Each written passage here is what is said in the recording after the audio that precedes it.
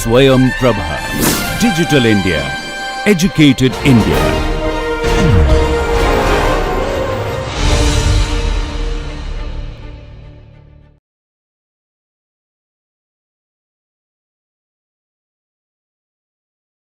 Welcome to the course Nutrition for the Family.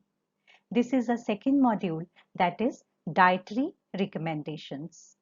And this is the first lecture in which we shall be studying about dietary reference intake.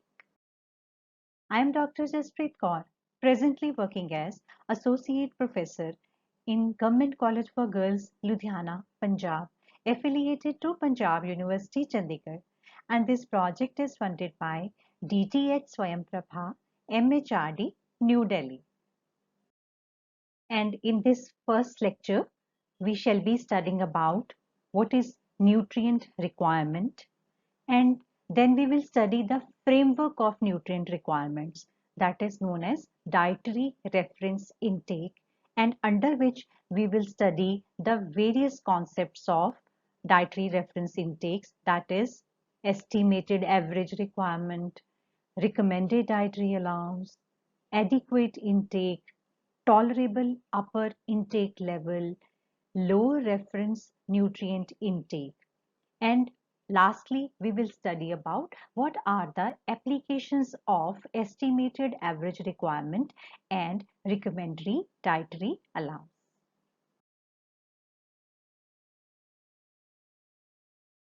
Let food be thy medicine and medicine be thy food, or an apple a day keeps the doctor away. All these are age-old sayings which indicate that each food has a special function inside our body. And there are certain type of foods which have some special health benefits, and they can prevent many diseases. As we know, the poor dietary pattern and lower level of physical activity, each can lead to different type of non-communicable diseases such as obesity, cardiovascular diseases, or certain types of cancers. We need different type of nutrients which are present in food to stay healthy.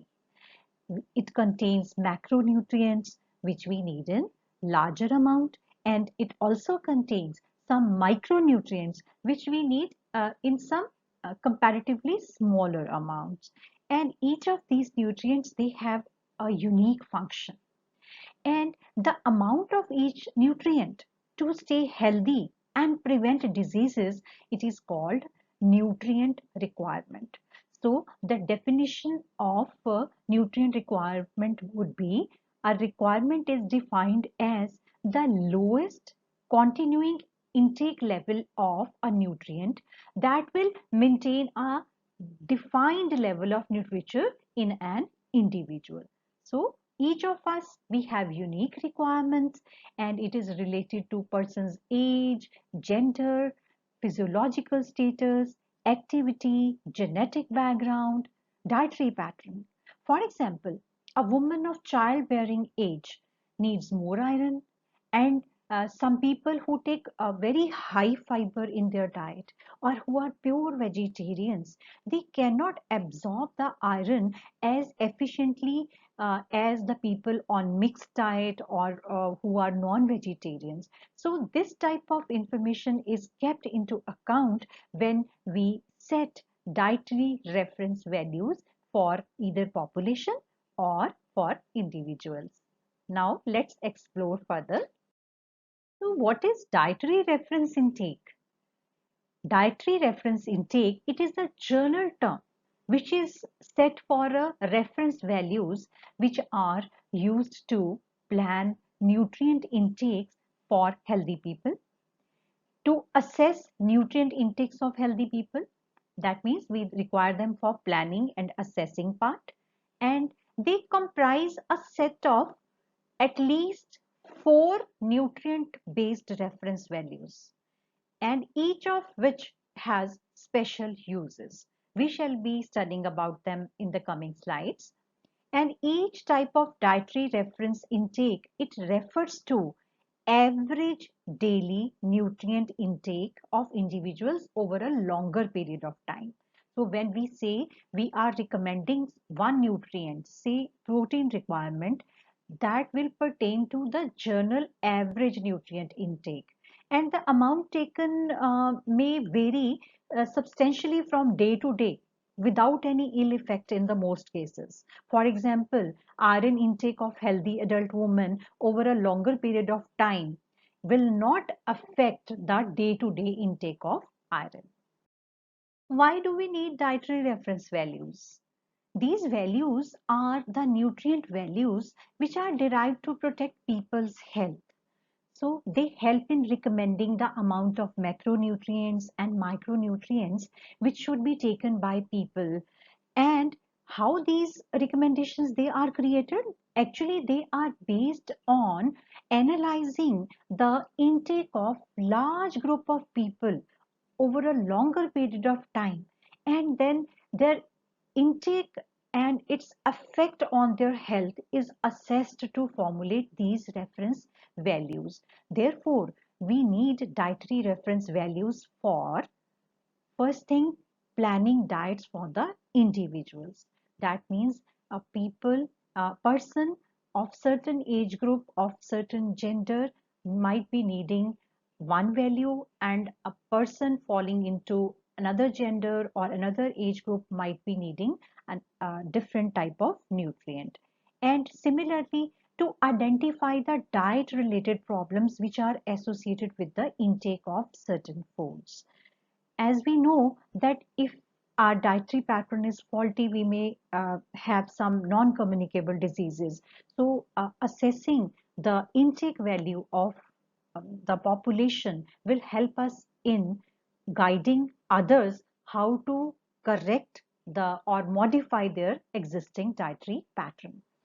And they help in ensuring that the information on the packaged food label is accurate and it is meaningful to the general population. If complex terms they are mentioned, or the label is hiding some important information, that can be checked if we know what are the right dietary reference values.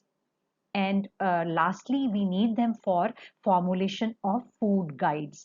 So what are food guides? They are the instructions which help people to choose better food to stay healthy and avoid diseases. We shall be studying about food guides in the coming lectures. So now let us study the framework of nutrient requirements.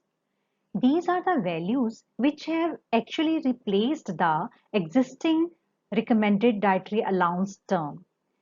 And this nutrient reference provides four sources of information. So what are these four sources of information?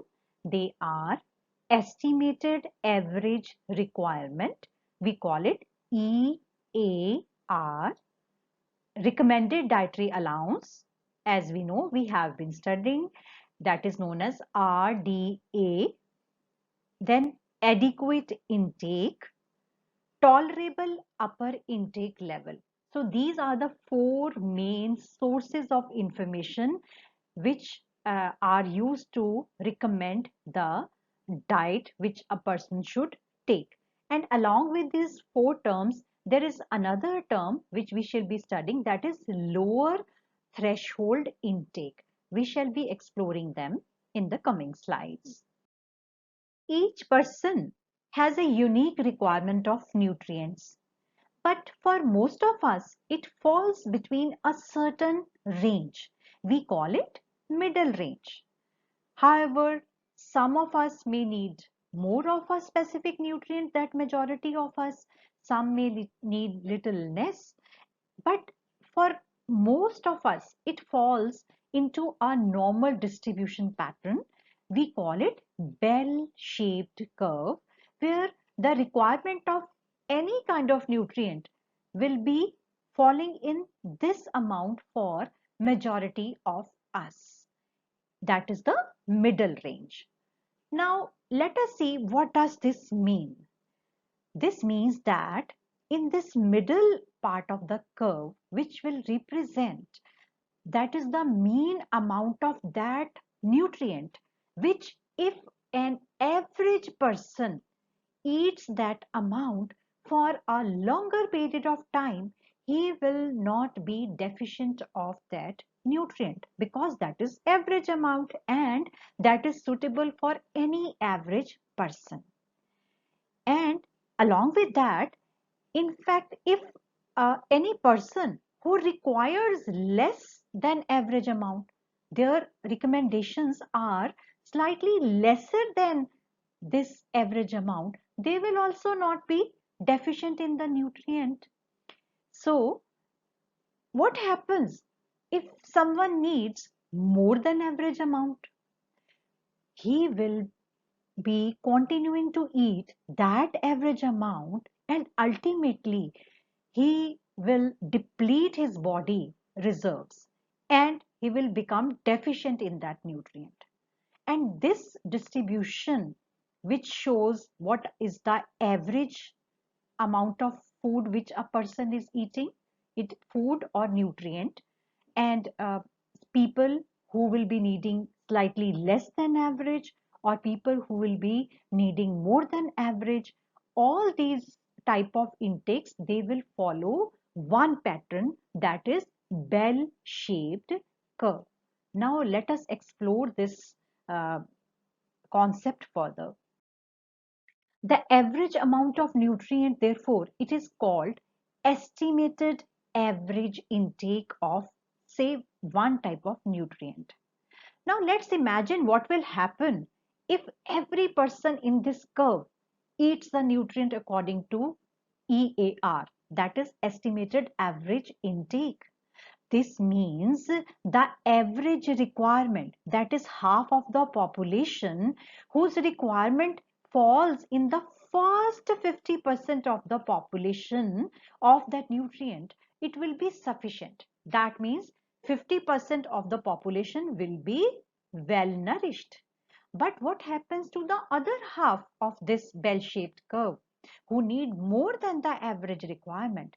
They shall become deficient in that nutrient. Or in other words, what we can say, 50% are well nourished and 50% are undernourished when we are consuming the food according to EAR. Now let us define EAR.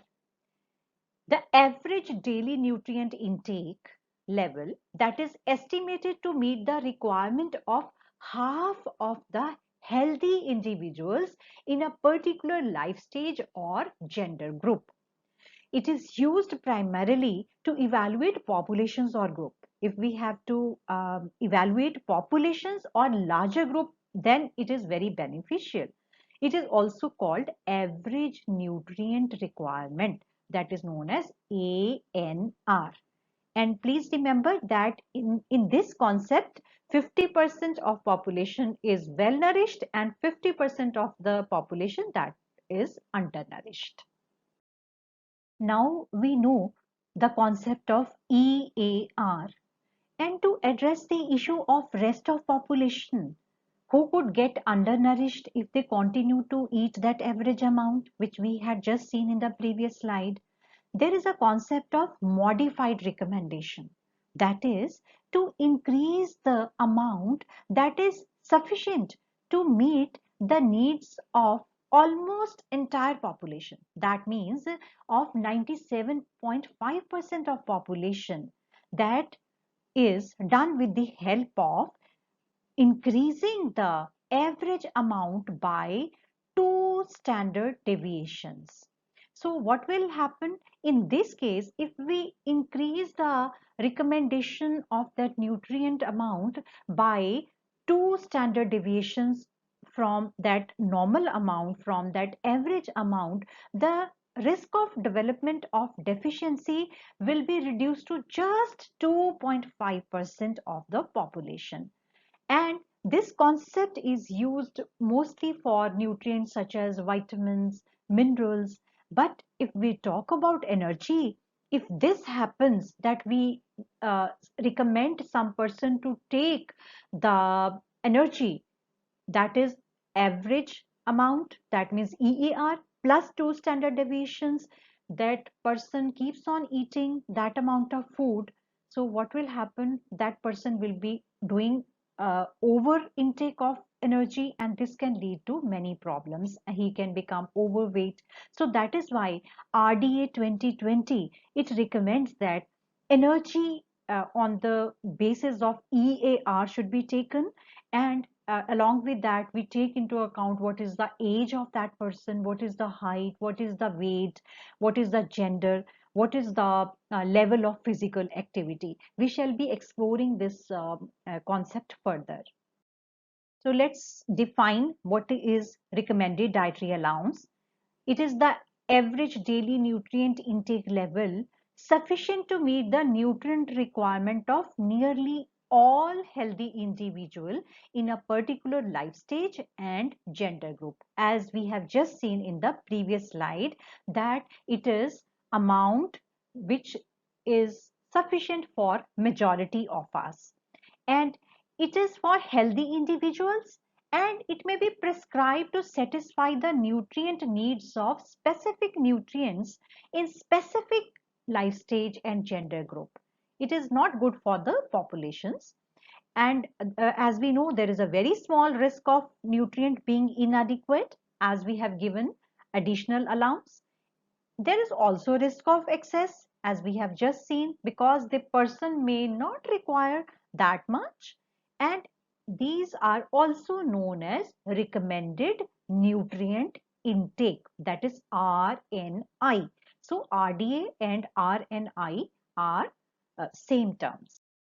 So what we have seen, that they are derived from EAR or ANR. That means they are derived from estimated average requirement plus 2 standard deviation of distribution of that requirement is taken into consideration when we are planning RDA. They are primarily used to evaluate the individual diets, and the RDA, it is inappropriate for dietary assessment of a larger group or a population, as this is the intake level which will exceed the requirement of large population of individual within that group. As we have just seen, that majority of us, we need the food intake within that middle level. And for RDA, what we have done, we have added 2 standard deviations, and we have increased the nutrient level by 2 standard deviations to meet the needs of entirely all of us. Let's study another concept. There are few nutrients where we do not have sufficient amount of scientific data to recommend dietary allowance for that nutrient. So RDI, they have a separate category for that. We call it adequate intake. Now, what is adequate intake? They are developed from the food records of sufficiently large group of healthy population, and it is determined that how much amount of that specific nutrient they eat daily. And if that healthy population is eating that amount of food for a longer period of time, this means that he is consuming sufficient amount of that nutrient.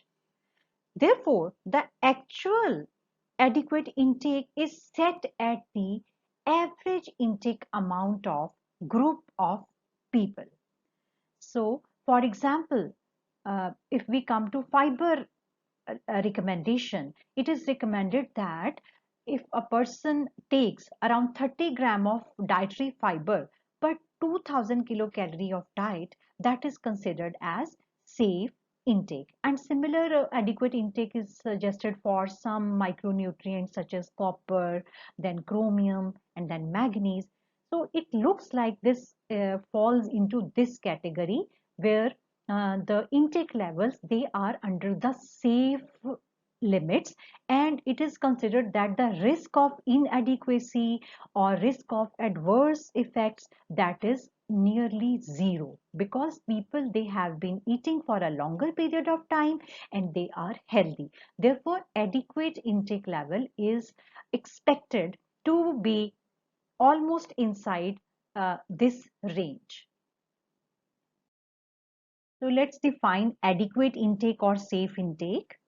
It is a recommended average daily intake level based on observed or experimentally determined approximations, or we can call them estimates of nutrient intake by a group or groups of apparently healthy people that are assumed to be adequate. They are used when we do not have RDAs or ANR, and in Indian context, it is referred to as acceptable intake, AI. This brings us to another concept of tolerable upper limit. In some cases, excess intake of a nutrient, it may lead to excess amount inside our body.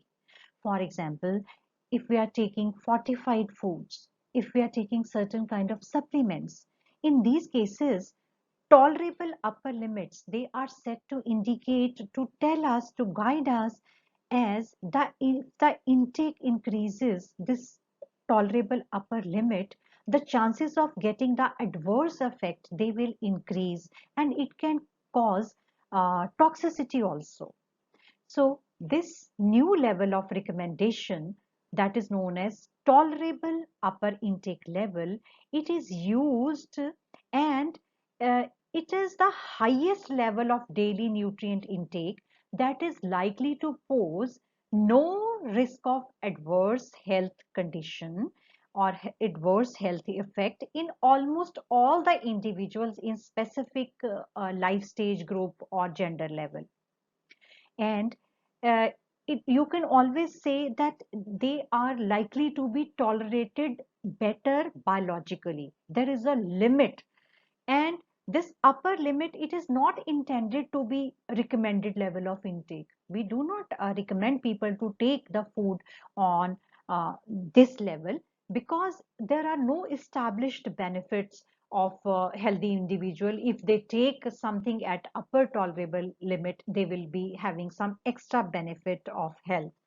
So tolerable upper limit tells us where we should limit our food intake or that nutrient intake. Let's define tolerable upper intake level. The highest average daily nutrient intake level that is likely to pose no risk of adverse health effects for almost all individuals in the general population. As the intake increases above the upper limit, the potential risk of adverse effect increases. It is also known as upper nutrient level, UNL. Along with other components of dietary reference intakes, there is one concept which we should know, that is known as lower reference nutrient intake, LRNI, or lower threshold intake. Now, what is this LTI? It refers to value which is derived from ANR or EAR, as we have seen. It is calculated as ANR or EAR minus 2 standard deviations of that distribution of requirement. For example, for RDA, what we did, that was EAR plus 2 standard deviations. But in this lower reference tolerable limit intake level, what we have done, this average minus 2 standard deviations. This value is sufficient to meet the need of bottom 2.5% of individuals. However, some countries, as they have chosen some different cutoff values, you can say it is just opposite to tolerable upper limit. So what they have done, countries, they have chosen different cutoff values, that the minimum amount of that nutrient that a person might be needing. But as we can see that 2.5% of that population, that is too less an amount. Therefore, many countries, they have increased the lowest cutoff value to say 5% or 10%, because otherwise there might be some insufficiency of a nutrient. So let's consolidate what we have studied. That is the distribution of requirements of theoretical nutrient in a population. It shows EAR, RDA, and total tolerable upper limit. That means that after this, there will be excess of that food or nutrient inside our body. So this is our normal proportion of people which needs a certain nutrient. In the middle of our requirement, that majority of us need this amount of a nutrient, we call it EAR, estimated average requirement, that falls in the middle of this whole requirement category. If we increase the nutrient amount by 2 standard deviation, what we get is RDA, that is recommended dietary allowance. And after this recommended dietary allowance, there is further estimation which tells us that how much extra amount of that nutrient can be taken within safe limits. There is a risk of other problems of excess if we cross the amount of certain level, that is known as tolerable upper limit. So that means up till this level, the body will be able to biologically tolerate that nutrient. So there are three concepts: the concept of EAR. If we add 2SD, we get RDA. If we increase it further to a certain amount, what we get is TUL, that is tolerable upper limit. How do we use these EAR and RDs?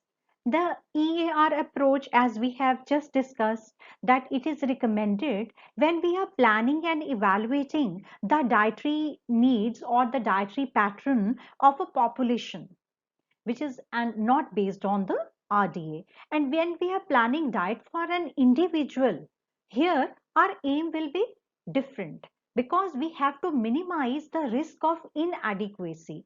Therefore, as we know, we increase the EAR plus 2 standard deviations to ensure that the risk is minimum. But the problem with RDA would be that we have to ensure that the person is not overdoing. He's not eating more than what is recommended actually to him. So we have to carefully monitor, and follow up is needed to see if the intake is closer to the RDA, so that if we see some symptoms of excess of any nutrient, we can assess them, and then we can modify the nutrient intake accordingly. Now let's study about the nutrient requirements for Indian, that is RDA 2020, which is recommended by Indian Council of Medical Research, National Institute of Nutrition. This is summary of EAR for Indians according to RDA 2020. Here what we see, this is the age group and this is the category of work, and along with that there is reference body weight. Then for energy requirements, we have used EAR, as we have just studied about this concept. Now this table will be more clearer to all of us. So energy, there is no other recommendation. We are using EAR. And along with that, if we see the requirement of protein, we have calcium, magnesium, iron, zinc, iodine, thiamine, riboflavin, niacin, vitamin B6, folate, vitamin B12, vitamin C, vitamin A, and vitamin D. And in all these nutrients, there are certain values which contains only EAR, and for some we have used adequate intake levels, where we were not sure that whether the person needs that amount of food, and there are no scientifically proven values which were determined. So we have just seen EAR. Now let us see the summary of RDA for Indian. So this is recommended dietary allowance. As we have just seen EAR, as we know, it is EAR plus 2 standard deviations. So all these nutrients which we have just seen in the previous table, here 2 standard deviations. That means more margin has been added to meet the needs of all of us, almost 98% of the population. And let us see the third thing which we had studied, that is tolerable upper limit. So here the tolerable upper limit of protein, of calcium, of magnesium, iron, zinc, iodine, niacin, vitamin B6, folate, vitamin C, vitamin A and vitamin D. They are set to guide us that we should not exceed the amount beyond these values. So let's summarize what we have studied in this lecture. We had studied the concept of nutrient requirement, and then we studied that what is the framework of nutrient requirements, in which we studied that there is the concept of dietary reference intakes, which contains a number of values which we use. These are the different sources which are used to frame the dietary reference intake levels. These concepts are estimated average requirement, that is EAR. Then we studied the concept of RDA, that is recommended dietary allowance. Then we studied adequate intake, that is AI. Then we studied tolerable upper intake level, TUL. And after that, we studied another concept, that is the lowest cutoff value which a person must take, that is lower reference nutrient intake. Then we studied the application of EAR and RDA, where to use EAR and where to use RDA. And then we just had a look at the RDA 2020 tables given to different populations. So this finishes our first lecture, that is dietary reference intakes. We shall be studying further about the food groups in the next lecture. Thank you very much.